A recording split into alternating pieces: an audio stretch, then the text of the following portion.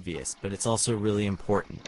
It can be much better to try to contact someone who has authority, someone you truly believe can help you along the way. You know, it's always really important to have a mentor, a role model, someone who can point you in the right direction in any project you're working on and keep you on track. That kind of guidance is invaluable, and it's something that can really set you up for success from the very beginning. Now, our seventh tip is this, and listen carefully. You need to identify the key people within the project you're managing and also within the organization you work for. These are the people who can make a real difference, the ones who have the influence and the knowledge to help you navigate challenges.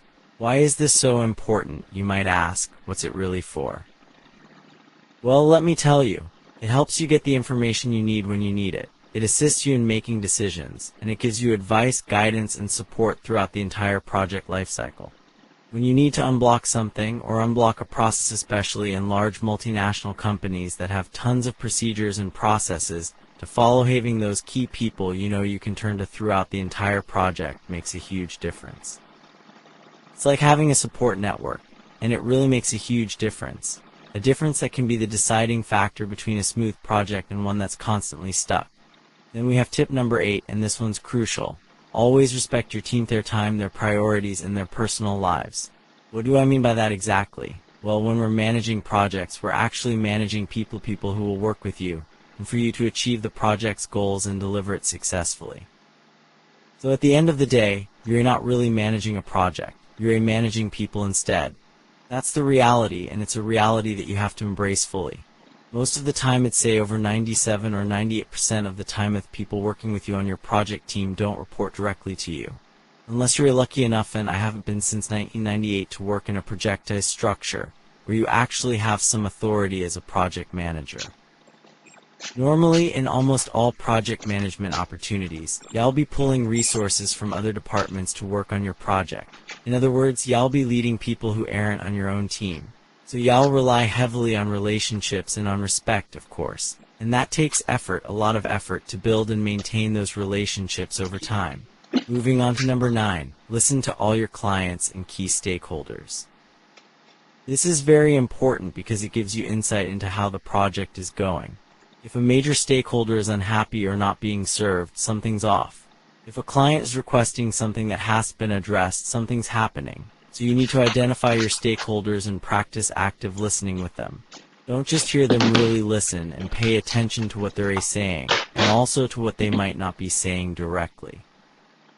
Active listening is something you really need to practice, and it's a skill that will serve you well in every aspect of project management.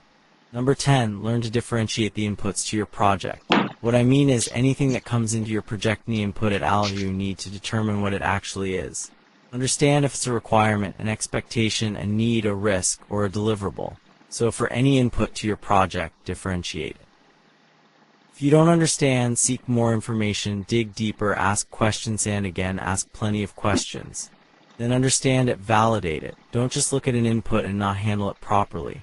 Understand what it is, differentiate it, and give it the appropriate treatment. Didn't understand? Well, ask questions, validate your understanding. That's key, and it's something that will prevent a lot of confusion down the line.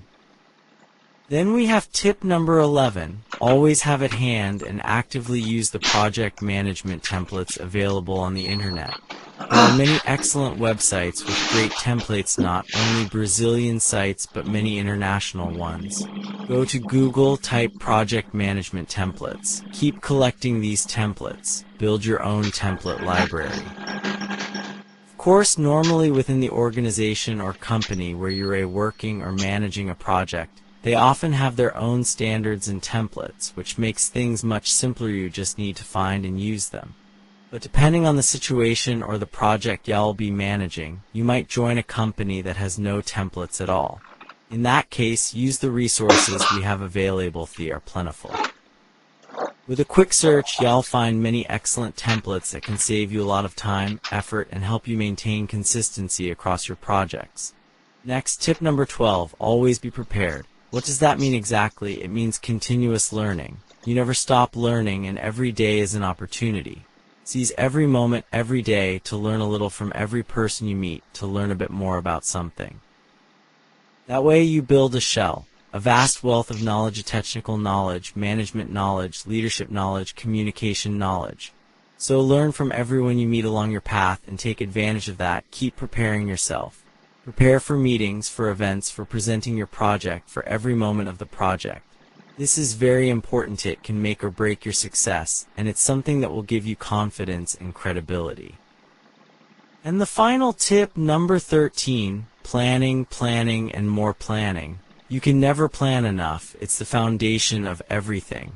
Without proper planning, you're setting yourself up for failure, so plan ahead and plan thoroughly, because good planning is what turns a good project into a great one.